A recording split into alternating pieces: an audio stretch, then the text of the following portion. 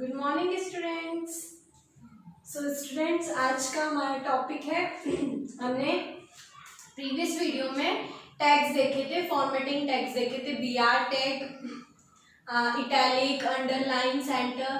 तो ये हमने फॉर्मेटिंग टैग्स देखे थे। इसके बाद हमारा नेक्स्ट टैग है बच्चों HTML1 चैप्टर में font tag. Okay, font tag, FONT, font tag. It defines the size, style and color of the text. Font tag क्या करता है बच्चों? टेक्स्ट का, टेक्स्ट मतलब आप उस डॉक्यूमेंट में जो भी लिख रहे हो वो क्या कहलाता है? टेक्स्ट कहलाता है। ओके, जो भी उसका क्या होगा? कंटेंट होगा। तो फॉन्ट क्या करता है? उस टेक्स्ट को साइज देता है, स्टाइल देता है और कलर देता है कि किस तरह का आपका वो फॉन्ट, वो टेक्स्ट दिखेगा, वो उसका साइज क्या होगा, उसका कलर क्या होगा। तो हम टेक्स्ट को कलर और साइज एंड स्टाइल देने के लिए किसका यूज करते हैं बच्चों? फॉन्ट का। ठीक है, फॉन्ट में बच्चों जो फॉन्ट की साइज होती है उसकी साइज आप सिर्फ 1 से लेकर 7 तक के ही रख सकते हो। 7 से ज्यादा इसकी साइज नहीं हो सकती है। ओके, तो इसका हम एग्जांपल देखते हैं। फॉन्ट, हमने एंगुलर ब्रैकेट से टैग स्टार्ट किया। फॉन्ट, साइज में हमने इसका साइज सपोज 4 मान लिया। 1 से लेके 7 तक की कोई सा भी साइज यूज कर सकते हो according to your requirements. Okay, size is equals to 4, colour is equals to red. मैंने आपको बताया था कलर अगर स्ट्रिंग है तो स्ट्रिंग को हमें इन्वर्टेड कॉमर्स में लिखना है, कोट्स में लिखना है। ओके, तो ये रेड, हमने कलर सपोज रेड दे दिया। और हमें टेक्स्ट में हमें टाइप मतलब HTML पेज पर हमें क्या शो करवाना है? How are you. ठीक है, तो मैंने यहाँ पर इतना, ये हाउ आर यू किस तरह दिखना चाहिए, इसका साइज क्या होना चाहिए बच्चों? 4 होना चाहिए, इसका कलर रेड होना चाहिए और टेक्स्ट हमारा क्या है? How are you. तो इसको क्लोज करके हाउ आर यू लिखेंगे और फिर फॉन्ट टैग को क्या करेंगे बच्चों? हम क्लोज करेंगे। ठीक है, क्योंकि ये क्या है? कंटेनर टैग है। ये डेटा, किसी डेटा को क्या कर रहा है? कंटेन कर रहा है, इसके अंदर कुछ इंफॉर्मेशन आ रही है। ये कंटेनर टैग है, इसलिए क्या हो रहा है? क्लोज होना इसका कंपलसरी है। ओके, नेक्स्ट इसका एग्जांपल देखते हैं। Font face. फॉन्ट फेस मतलब क्या होता है? जैसे आप पावर पॉइंट प्रेजेंटेशन यूज करते हो बच्चों, तो उसमें आपने देखा होगा कि आप टेक्स्ट को क्या देते हो? अलग अलग फेस देते हो, अलग अलग फेस नेम देते हो कि आपका जो टेक्स्ट है वो किस तरह दिखना चाहिए, स्टाइल में दिखता है, एरियल हो गया, कांस्टेंट एरिया हो गया, ऐसे बहुत सारे क्या होते हैं उसमें डिजाइन्स होते हैं, फॉन्ट फेस होते हैं। ओके, तो फॉन्ट फेस को बच्चों कैसे हम जैसे नॉर्मली यूज किए जाते हैं फॉन्ट फेस, वैसे ही पावर पॉइंट प्रेजेंटेशन में हम यूज करते हैं। टेक्स्ट को सिलेक्ट करके फिर हम उसका फॉन्ट फेस चेंज करते हैं, एरियल, कांस्टेंट एरिया, अलजेब्रिया, बहुत सारे उसमें नाम होते हैं। ठीक है, तो ये हमने सपोज एरियल यूज किया। एरियल भी क्या है बच्चों? स्ट्रिंग है, मतलब इसमें बहुत सारे कैरेक्टर्स यूज हो रहे हैं। स्ट्रिंग है, it is a collection of characters, बहुत सारे कैरेक्टर्स है, इसलिए इसको हम किस में लिखेंगे? इन्वर्टेड कॉमर्स में। तो फॉन्ट फेस हमने दे दिया एरियल। हमें सपोज क्या प्रिंट करवाना है? हेलो। क्या दिखना चाहिए हमारी स्क्रीन पर, वेब पेज पर? हेलो। तो हमने इसको क्लोज किया। हेलो कौन सी स्टाइल में दिखेगा, कौन से पेज में दिखेगा? एरियल में। ओके, और फिर हमने क्या किया? फॉन्ट को क्लोज कर दिया। तो ये होता है आपका फॉन्ट टैग। नेक्स्ट है बच्चों बेस फॉन्ट टैग। ये क्या होता है? Base font tag. अच्छा, फॉन्ट टैग, ठीक है, पहले हम बेस फॉन्ट टैग समझते। तो बेस फॉन्ट टैग क्या होता है बच्चों? It allows to define the basic default size for the font. ये क्या करता है? हमें जो फॉन्ट का डिफॉल्ट साइज है उससे सेट करने के लिए अलाउ करता है, इसलिए हम किसका यूज करते हैं? Base font. डिफॉल्ट साइज मतलब फिर वो पूरे वेब पेज में जो कंटेंट का साइज है वो क्या रहेगा? सेम रहेगा। अगर आप कहीं पर फिर साइज नहीं भी डालते हैं तो एक बार जो आपने साइज सेट कर दिया है अपने आप आपके पूरे वेब पेज पे वही साइज क्या होगा? हर टेक्स्ट में दिखेगा। ठीक है, ये जो फॉन्ट था बच्चों, इन दोनों में डिफरेंस क्या होता है? फॉन्ट और बेस फॉन्ट में फॉन्ट को हम छोटे से टेक्स्ट के लिए हम यूज करते हैं। सपोज मैंने फंड इसके लिए यूज किया, तो ये जो इसके ऑपरेशन है ये सिर्फ इसी पर हाउ आर यू पर ही अप्लाई होंगे, ये दूसरे टेक्स्ट पर अप्लाई नहीं होंगे।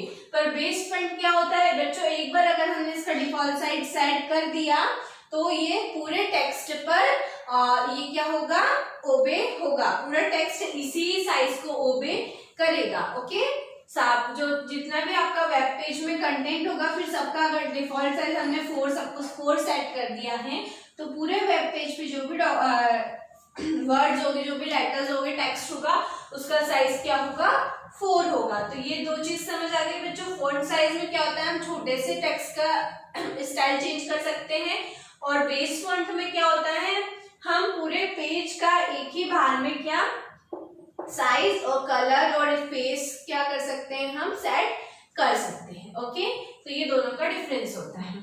Next tag is BR tag, break line tag. Break line क्या होता है बच्चों, सपोज आपने एक पैराग्राफ लिखा, पैराग्राफ के लिए आप कौन सा टैग यूज करते हैं, P टैग। पैराग्राफ के लिए स्टार्ट किया, पैराग्राफ क्लोज कर दिया, ठीक है।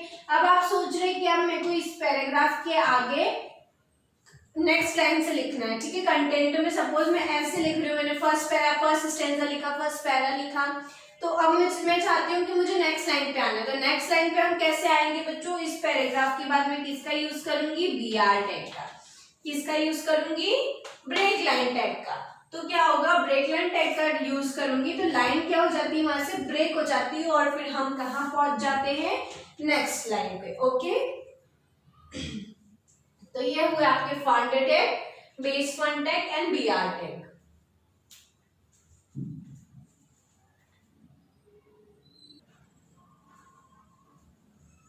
Our next tag is HR tag, horizontal line tag. बच्चों ये टैग क्या होता है, जैसे अभी हमने ब्रेक लाइन टैग पढ़ा, उससे हम क्या करते हैं, किसी भी पैराग्राफ से हम नेक्स्ट लाइन पर आ सकते हैं, ठीक है। हमें लाइन चेंज करनी होती है अगर टेक्स्ट की, तो हम BR टैग का यूज करते हैं। वैसे HR टैग क्या होता है बच्चों, HR टैग होता है हॉरिजॉन्टल लाइन, मतलब अगर किसी भी टेक्स्ट के बाद, किसी भी लाइन के बाद अगर आप चाहते हो कि आपकी वेब पेज पे क्या हो, एक लाइन शो हो, ठीक है, तो हम किस टैग का यूज करते हैं बच्चों, HR टैग का। इसके एट्रीब्यूट क्या होते हैं, इसके एट्रीब्यूट भी साइज, कलर, विड्थ, ठीक है। तो ये इसके एट्रीब्यूट होते हैं कि कितनी साइज की आपकी लाइन होना चाहिए, उसका कलर क्या होना चाहिए, कितनी विड्थ होनी चाहिए, मतलब कितनी मोटी आपकी मतलब विड्थ मतलब कितनी थिकनेस होनी चाहिए उस बॉर्डर की, ठीक है। तो ये क्या होते हैं, इसके एट्रीब्यूट्स होते हैं। जैसे कि मैंने आपको प्रीवियस लेक्चर्स में बताया था कि आपकी बुक में हर टैग में कौन कौन से एट्रीब्यूट यूज किए होते हैं, उसके टेबल्स बने हुए हैं, तो आप उसको थॉरली रीड और लर्न कर लेना, ठीक है students. Next tag is anchor tag. Okay, tag के अंदर आपको क्या लिखना है, कैपिटल A। इसमें आप स्मॉल a नहीं लिख सकते, इस टैग में आपको कैपिटल A का ही यूज करना है। इसे क्या कहते हैं बच्चों, एंकर टैग। एंकर टैग क्या होता है, ये भी कंटेनर टैग है, इसे स्टार्ट करते से क्लोज करते हैं। ये क्या होता है, active link of other web page और files. It includes active link of other web pages और फाइल्स। अगर हमारा सपोज एक वेब पेज है हमारा, हमने यहाँ पे कंटेंट लिख दिया, अब हम सोच रहे हैं कि हमने यहाँ पे क्या जो इस पे ज्यादा कंटेंट नहीं है, अब हमने यहाँ पर क्या करा, एक लिंक दे दी कि इससे हम दूसरे पेज पर जाकर इंफॉर्मेशन को, इस लिंक के जो लिंक पे इंफॉर्मेशन, इस पे जो कंटेंट स्टोर है वो हम दूसरे पेज पर जाकर देखें। तो अब हम इसको क्लोज करेंगे, फिर दूसरा पेज ओपन करेंगे। इससे अच्छा हम क्या करते हैं बच्चों, इसी पेज पे हम क्या करते हैं, यहाँ पर लिंक दे देते हैं, ठीक है, कि जो इंफॉर्मेशन है वो हमें यहीं से दूसरे पेज को जोड़ देती है, ठीक है।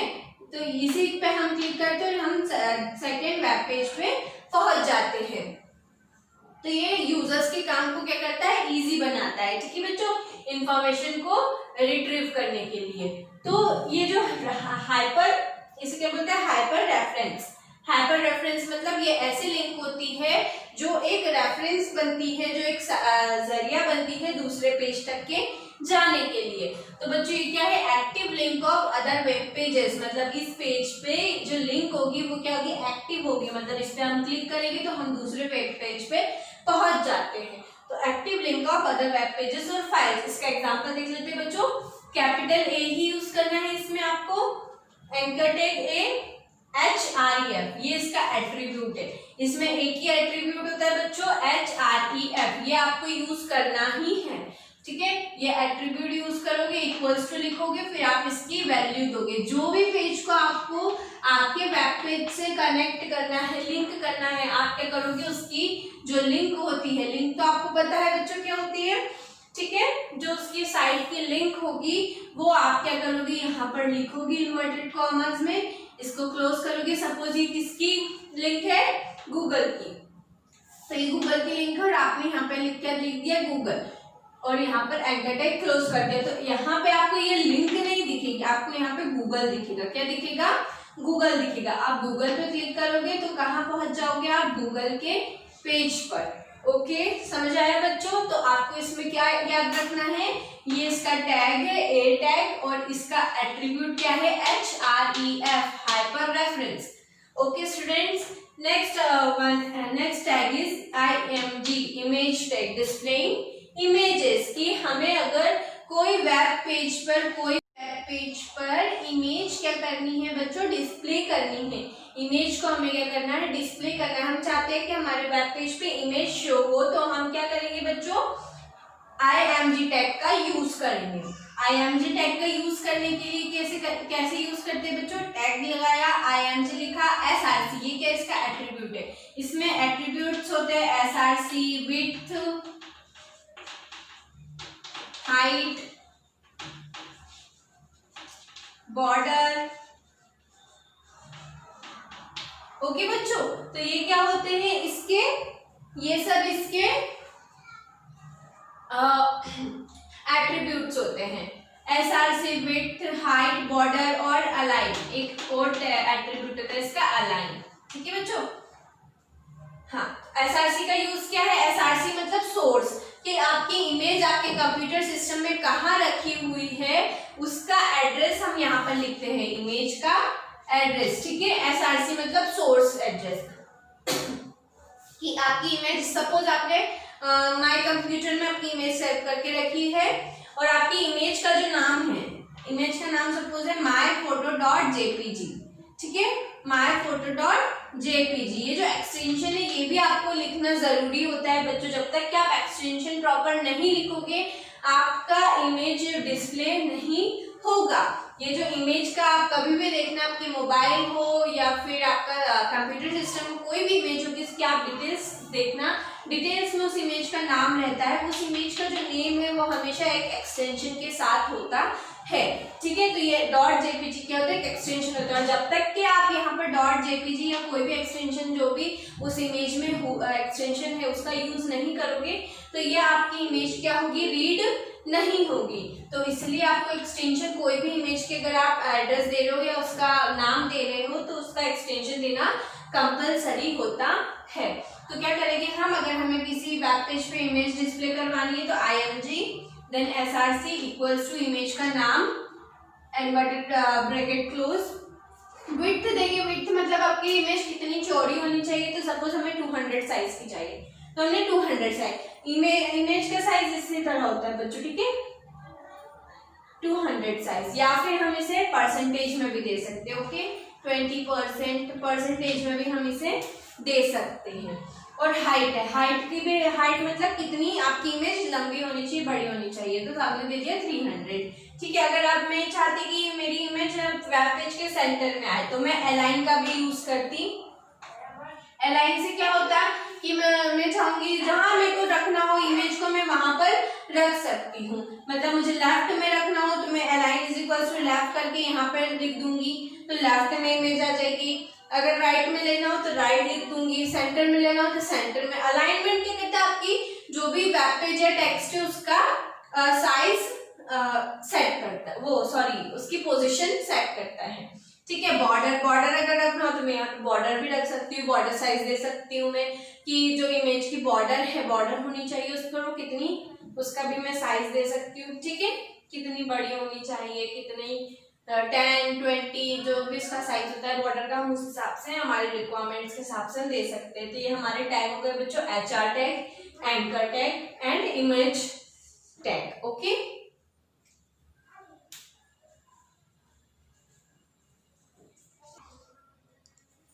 so students, next topic is logical and physical text style. HTML, students, HTML has two types of style. Okay, logical and physical style. ये जो दोनों स्टाइल है ये हम किसी पर्टिकुलर वर्ड के लिए भी यूज कर सकते हैं और या तो पूरे सेंटेंस या पैराग्राफ के लिए भी हम इन स्टाइल्स को क्या करते हैं, यूज कर सकते हैं। ओके, तो HTML में कितनी टाइप की स्टाइल्स होती है, 2 टाइप्स की होती है, लॉजिकल और फिजिकल स्टाइल। अब स्टाइल मतलब आप समझो क्या होता है। स्टाइल मतलब टेक्स्ट स्टाइल, कि आपका टेक्स्ट किस तरह दिखेगा। अब लॉजिकल और फिजिकल से आप समझ रहे हो, लॉजिकल मतलब ये चीजें डिस्प्ले नहीं होगी, ठीक है, पर फिजिकली चीजें क्या, जैसे मैंने बोल्ड का यूज किया, फिर हमने पढ़ा था बोल्ड टैग फॉर्मेटिंग टैग में, तो बोल्ड टैग का अगर मैं यूज करती हूँ तो मेरा जो टेक्स्ट है वो कैसे दिखेगा बच्चों, बोल्ड दिखेगा, थोड़ा दूसरे वर्ड्स से हाईलाइट होकर दिखेगा। ठीक है, तो ये फिजिकल टेक्स्ट होते हैं कि टेक्स्ट में फिजिकली चेंज होता है, उनका फिजिकल जो अपीयरेंस रहता है वो चेंज हो जाता है। पर इसमें क्या आता है, ये लॉजिकल चेंज होता है स्टूडेंट्स। लॉजिकल चेंज से हम क्या समझ रहे हैं, जैसे लॉजिकल चेंज है हमारा, जैसे कि डिफाइन है, सॉरी हाँ डिफाइन टेक्स्ट है, DEF डिफाइन टैग है। ये टैग किस लिए यूज किया जाता है, it is use for word being defined, for a word being defined, मतलब किसी वर्ड को डिफाइन करने के लिए इसे हम यूज करते हैं। टिपिकली डिस्प्लेड इन इटैलिक्स, और ये किस में डिस्प्ले होता है, इटैलिक में डिस्प्ले होता है। तो ये लॉजिकली क्या होता है, लॉजिकल टेक्स्ट स्टाइल होती है जो कि वर्ड का अपीयरेंस चेंज नहीं करती है। EM मतलब for emphasis, it is use for emphasis, typically displayed in italics. ये भी किसमें डिस्प्ले होती है, अपने आप डिफॉल्टली ये इटैलिक में यूज होती है। इटैलिक मतलब ये, ओके बच्चों, थोड़ा सा टिल्ट होके दिखती है। Next one is strong, for strong emphasis, जो एम्फेसिस है उसको और स्ट्रॉन्ग बनाता है, मतलब बोल्ड कर देता है। ठीक, इसमें क्या बोल्ड शो होता है।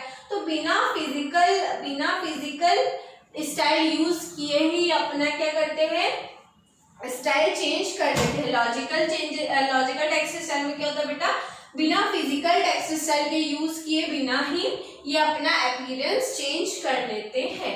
आई होप स्टूडेंट्स आपको ये HTML चैप्टर समझ आया हो। ये हमारे बेसिक एलिमेंट्स थे, सारे टैग्स हमने पढ़ लिए इसमें, और यहाँ पे हमारा चैप्टर कंप्लीट होता है।